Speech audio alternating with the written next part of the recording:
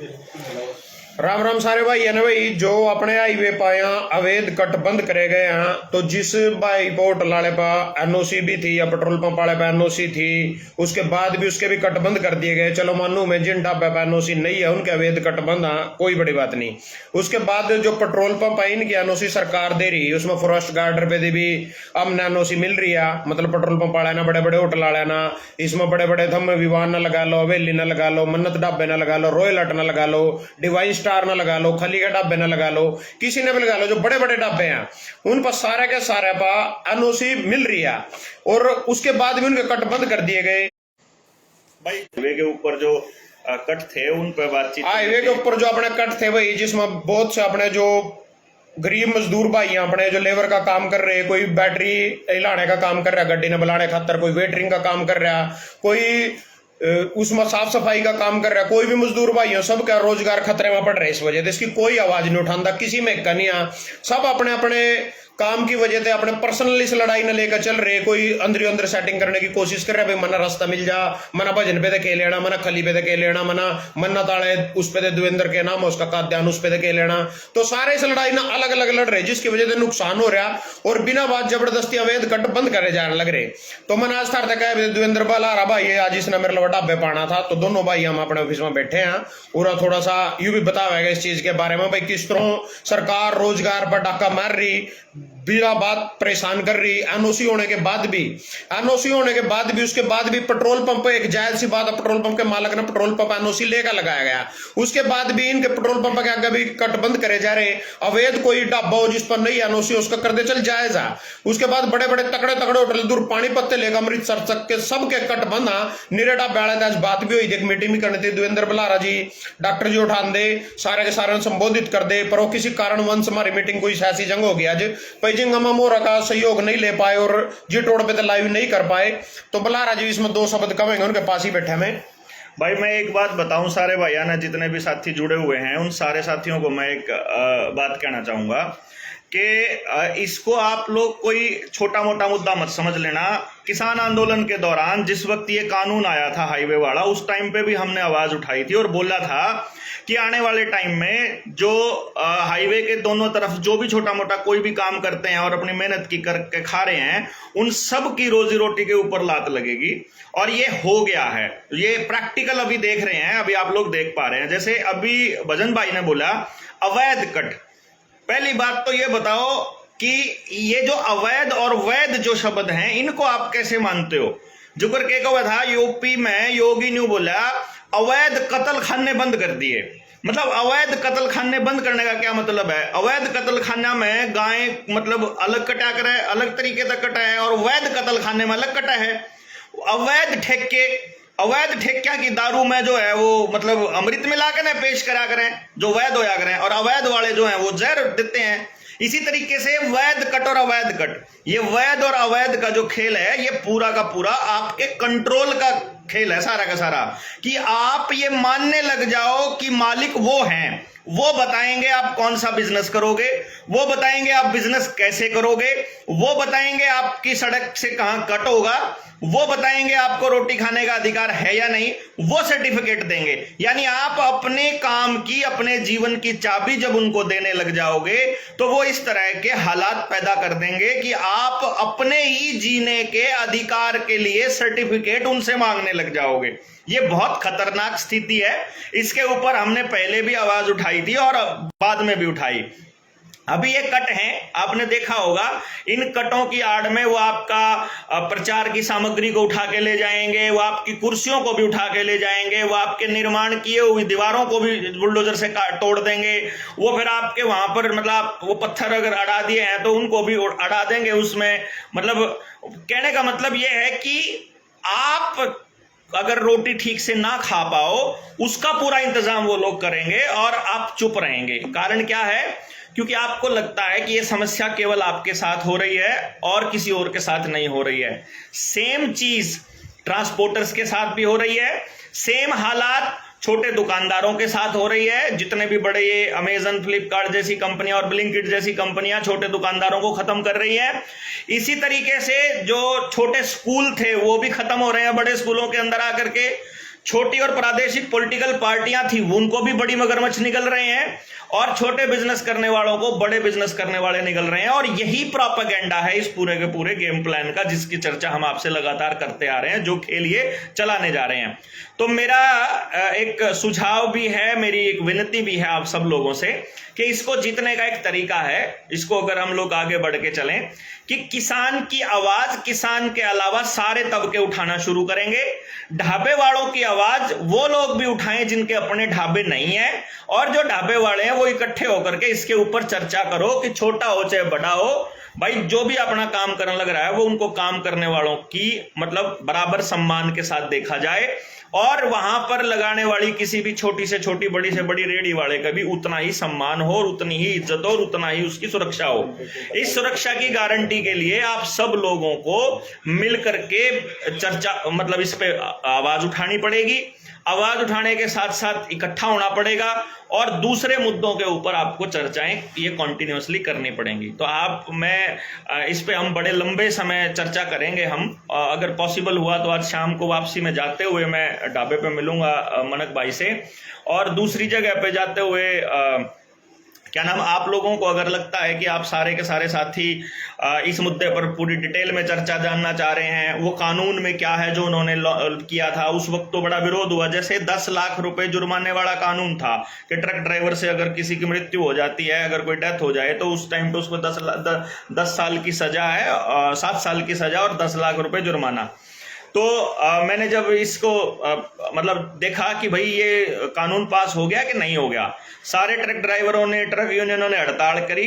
सरकार ने कहा कि हम ये कानून पास नहीं करेंगे, और जैसे ही हड़ताल हटी अगले दिन से नोटिफिकेशन जारी हो गया। इसी तरीके से दूसरी चीजें, तो इस वैध और अवैध एक और आया था वो भाई जिसमें 10 साल पुराने डीजल और डीजल और पेट्रोल वाले वाहन, ये 1 नवंबर से कह रहे हैं दिल्ली में पेट्रोल वाले भी अब नहीं होंगे। मौज हो गई ना आप लोगों की, तो कि पहले डीजल वाले थे, राजी हो रहे थे डीजल वाली बेच दो, फिर पेट्रोल वाली बेच दो, फिर कहेंगे कि चलो सीएनजी वाली भी बेच दो, फिर कहेंगे इलेक्ट्रिक ही चलेगी खाली, और इन सारों का किल स्विच जो है वो सर उनके पास है। मैं आपको ये बता रहा हूं 30 नवंबर को प्लान किया था हम लोगों ने कि हम जनता सरकार मोर्चा वाले साथी स्वराज दिवस मनाएंगे। तो 1 नवंबर को ये लोग पेट्रोल की एंट्री बंद करेंगे, और हम लोग 1 नवंबर के बाद 30 नवंबर को राजीव भाई की पुण्यतिथि के ऊपर दिल्ली के अंदर पेट्रोल डीजल वाली स्पेशल गाड़ियां हम लेके जाएंगे, और एक भी गाड़ी का तुम लोग चलान करके दिखाना, और एक भी गाड़ी को तुम लोग पकड़ के दिखाना। फिर हम दिखाएंगे आप लोगों को कि इसके बाद हम इस पूरा एक समझो ऐलान करेंगे कि तुम लोग तय नहीं करोगे हम कौन सी गाड़ियों से चलेंगे, हम तय करेंगे कि हम बिजनेस और काम कैसे तय करना चाहते हैं, देश की जनता तय करेगी। आपको यह संदेश सरकारों को देना पड़ेगा कि हम मालिक हैं, तुम्हें जो ताकत मिली हुई है ये कानून बनाने की और ये वैध अवैध कहने की, ये ताकत हमने दी है तुमको अपनी वोट के जरिए, और इसको अमली जामा पहनाने के लिए जो अधिकारी हैं उनकी तनख्वाह हमारे पैसे से जाती है, हमारा टैक्स का पैसा है, देश की जनता के टैक्स का पैसा है। यदि आपको यह बात समझ में आती है तो आपको इन लड़ाई लड़ने वाले लोगों के साथ में खड़ा होना पड़ेगा, और आगे आकर के इनके लिए बोलना पड़ेगा। आप पूरा खुलकर वीडियो नहीं बना सकते हो तो लिखिए, आप सांकेतिक भाषा में लिखिए, दूसरी भाषा में लिखिए, आप सिर्फ सपोर्ट के लिए लिखिए कि हम उनके सपोर्ट में हैं। और यदि आप नहीं लिखेंगे तो कल को जब आपके ऊपर लाठी बरस रही होगी तब आपके लिए लिखने वाला कोई नहीं होगा, यह मैं आपको पहले से बता रहा हूं। इसलिए यह समझना बड़ा जरूरी है कि एक दूसरे के लिए खड़ा होने का वक्त आ गया है। आप किसी भी तबके से संबंधित हैं, आप कोई भी काम करते हैं, दूसरे काम करने वाले लोगों के ऊपर जैसे ही जातियां हो आपको बोलना चालू करना पड़ेगा। बाकी आज अमित शाह ने दिल्ली के अंदर बुलाए हैं सारे इन्फ्लुएंसर्स जो यूट्यूब के हैं, इसका मतलब है कि आने वाले टाइम में नैरेटिव सेट करने के लिए सारा खेल चल रहा है। बहुत जल्दी मैं आपको गृह युद्ध के अंदर इस देश को धकेलते हुए दिखा दूंगा कि ये लोग पूरा गेम खेल रहे हैं आपको टोटल कंट्रोल करने के लिए। उसी कंट्रोल करने का हिस्सा है ये कटों को वैध और अवैध कहना। इसमें मैं एक बात और पूछना चाहूँ डॉक्टर बलारा जी, जैसे इन्होंने पहले एनओसी दी, उसमें बोले एनओसी देने होना है, बोले अगर भाई इसमें टाउन प्लानर महकमे पे एनओसी ले लो, या जंगलात में फॉरेस्ट विभाग पे एनओसी ले लो, और NH1 पे एनओसी ले लो, सब पे एनओसी ले ली। 25-30 लाख रुपया कंज्यूमर का उसमें लग गया, बिल्कुल बिल्कुल वो लग गया। उसके बाद अब ये बोल रहे भाई वो तो एनओसी सर्विस रोड पे दे दी, जब उसने एनओसी ली उस टाइम उन्हें पता नहीं था भाई एनओसी करते ले, और जीट रोड पे एनओसी ले रहा, उसने एनओसी दे भी दी। ये उसका गेम प्लान खेले भाई सर्विस रोड की एनओसी हमने तेरे दी थी, मेन जीट रोड की NH 44 की एनओसी हमने तेरे नहीं दी थी, उसके लिए तो दोबारा फाइल लगवा रहे हैं, 25-30 लाख रुपए दोबारा भरवा रहे हैं। और पूछो तो 40-40 लाख रुपए भर का भी किसी से सेटिंग में कोई इनका अधिकारी सेटिंग करका कुछ पैसे में किसी से कट खलवा दिया, उसके बाद वो कट फेर बंद हो जा, मतलब अधिकारी पैसे भी खा गया, कट फेर बंद। तो इसमें बीजेपी के भी बड़े बड़े उसका नाम लेना चाहूँ भाई, उनका भी, उनके जो ढाबे पेट्रोल पंप रेस्टोरेंट कुछ भी है बड़े बड़े, उन तक भी कट नहीं दिए जा रहे, जो मेन हाईवे पे तो उस पर कट नहीं दिए। इसका क्या कारण है, मतलब यह गेम किस तरह खेली भाई, सर्विस रोड पे तो एनओसी मिलेगी अपना, मेन जीट रोड हाईवे पे तो एनओसी के लिए अब दोबारा फाइल लगानी पड़ेगी, हम इस पे तो दे ही नहीं रहे। मतलब एक छोटा सा रास्ता भी उतरण का जिससे सारी तरी हो गया, हम ना असुविधा होने लग रही भाई, पंचर हो जा गड्डी बीच में खड़ी सड़क के ऊपर, किसी ने रोटी खानी हो, किसी ने नहाना हो, ड्राइवर ने नींद आ गई किंग ढाबे होटल पर लाका सो जा गड्डी ना, तो ऐसा कहीं भी रास्ता नहीं मिल रहा है, जिसके कारण ढाबे थे ना पैसे भी लगाए इस पर, चोरी चकारी की भी बड़ी सुविधा, लूट हो जा कोई ढाबे पे इन पर लाइटा पड़ी रहे पेट्रोल पंप पर दूर तक जीट रोड पर सुविधा थी इनकी वजह से, पर इनकी वजह से भी असुविधा भी होगी लोगों ना, क्योंकि सीधी जीट रोड पर चलते जाओ जहां वहां उतर रहे हैं वहां पंप नहीं, जहां वहां उतर रहे हैं जीट रोड से पुड़ते पल्ला वो होटल नहीं। बिल्कुल। तो इसके बारे में आप क्या कहना चाहोगे भाई? ये सारा का सारा प्लान जो था ना, ये असल में क्या था, ये जो इनके उद्योगपति मित्र हैं, बड़े उद्योगपति, बड़े फर्म्स जो हैं, उनके ही होटल, उनकी ही चेन, उनके ही सर्विस स्टेशन, उनके ही पेट्रोल पंप चलेंगे। ये आप इसको देखना हो, चेक करना हो तो जितने ये एलिवेटेड हाईवेज बने हुए हैं, चाहे ये 152D को देख लो आप, इसके जैसा ही बनाने का प्लान चल रहा है। ये आपको बहाना करेंगे कि हम आपके एक्सीडेंट्स जो है कम हो जाएं, इसकी चिंता करते हैं, लेकिन असल में आपकी चिंता नहीं है, ये चिंता नहीं है। अगर इनको चिंता होती ना, एक्सीडेंट में जो मौतें होती हैं वो पूरे साल में लगभग 1 लाख से 2 लाख के बीच मौतें होती हैं, जो टोटल जो मौत होती है पूरे देश के अंदर, आंकड़ा जो है रोड एक्सीडेंट्स का है।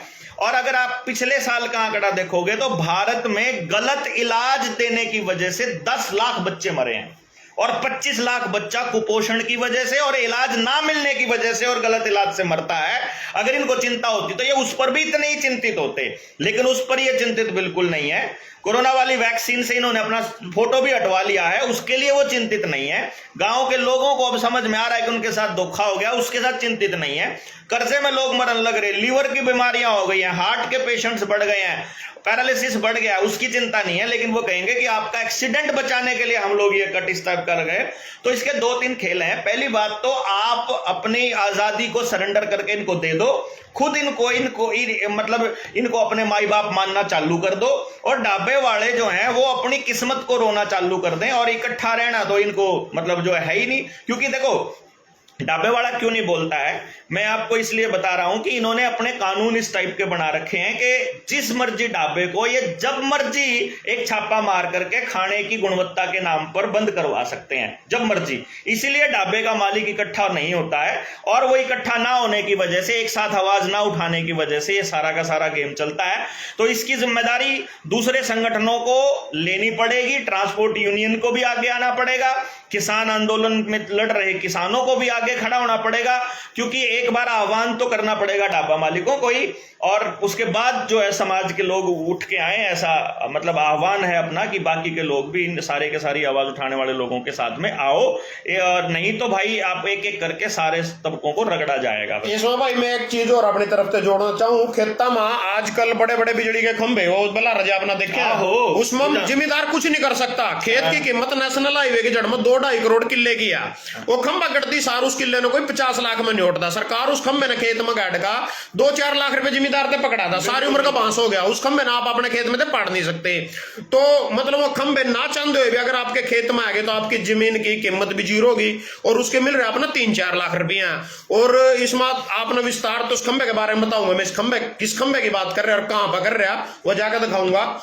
तो सारा का सारा जो ऐसी ऐसी चीजें चल रही हैं इनका विरोध करो, सारियां का वाहन मारे हम न खरीदे, जैसे पेट्रोल डीजल के 10 सालों में बंद हो जाएंगे, अवैध कट बंद, अवैध कह रहे हो ना, तो जो अवैध जैसे होटल में दारू पी रहे बैठ का उसने अवैध बता रहे है, होटल में बैठ उसमें जो आप दारू पी रहे कहीं दूसरे होटल में जाकर तो वो अवैध है, इनका लाइसेंस लेगा पी लो फिर वैध हो गया, इनका लाइसेंस लेगा। तो आप अगर खुद तकेंगे अपने गांव में दारू की दुकानों बेचने लग जाओ अवैध होगी, और जो अगर आप इनका लाइसेंस लेकर कोई ठेके पर दारू बेचने लग जाओ वो वैध होगी। मतलब गलत काम की परमिशन यहाँ देवेंगे हम ना, वो वैध होगी जो यहाँ कहेंगे। तो भाई इस चीज के लिए जागरूक हो सारे के सारे भाई, ये कहना चाहिए अपनी लड़ाई हमारी और समाज ने जागरूक करो, हमारा मेन मकसद है समाज ने जागरूक करने का। समाज ने हर एक चीज का पता होना चाहिए, किसी की भक्ति माँ, किसी की अंधभक्ति माँ, किसी की पार्टी के प्रेम माँ, गलत चीज भी अच्छी नहीं कहनी है। तो कहने का मतलब भी हो भाई गलत के खिलाफ विरोध करो, और मुद्दे ना हम आगे भी आने वाले अच्छे से अच्छे मुद्दे ना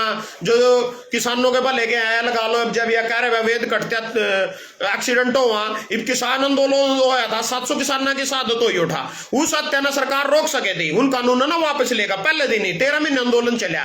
जीव इनकी चिंता कहाँ गई थी, यानी 700 किसान शहादत हो गए ना, कानून नहीं वापस लिए, 700 किसानों की शहादत के बाद कानून वापस ले रहे, तो जी भी ना चिंता नहीं थी लोगों की मौत की, ये भी ना चिंता होगी। इनके जो हाईवे पाया ढाबे बन रहे, पेट्रोल पंप बन रहे, इन तक कट नहीं दे रहे, जिन एनओसी भी खुद दे रहे, जिन्ना खुद वैध घोषित कर रहे थे कल, आज उन्होंने अवैध घोषित कर रहे उस बिजनेस में। बलारा जी और कुछ कहोगे? अभी के लिए निकल रहे हैं, बलारा जी ने कहीं जाना था, थोड़ा लेट हो गए और इनकी वेट में कोई भाई आ रहा है मिलने। तो धन्यवाद सभी भाइयों का।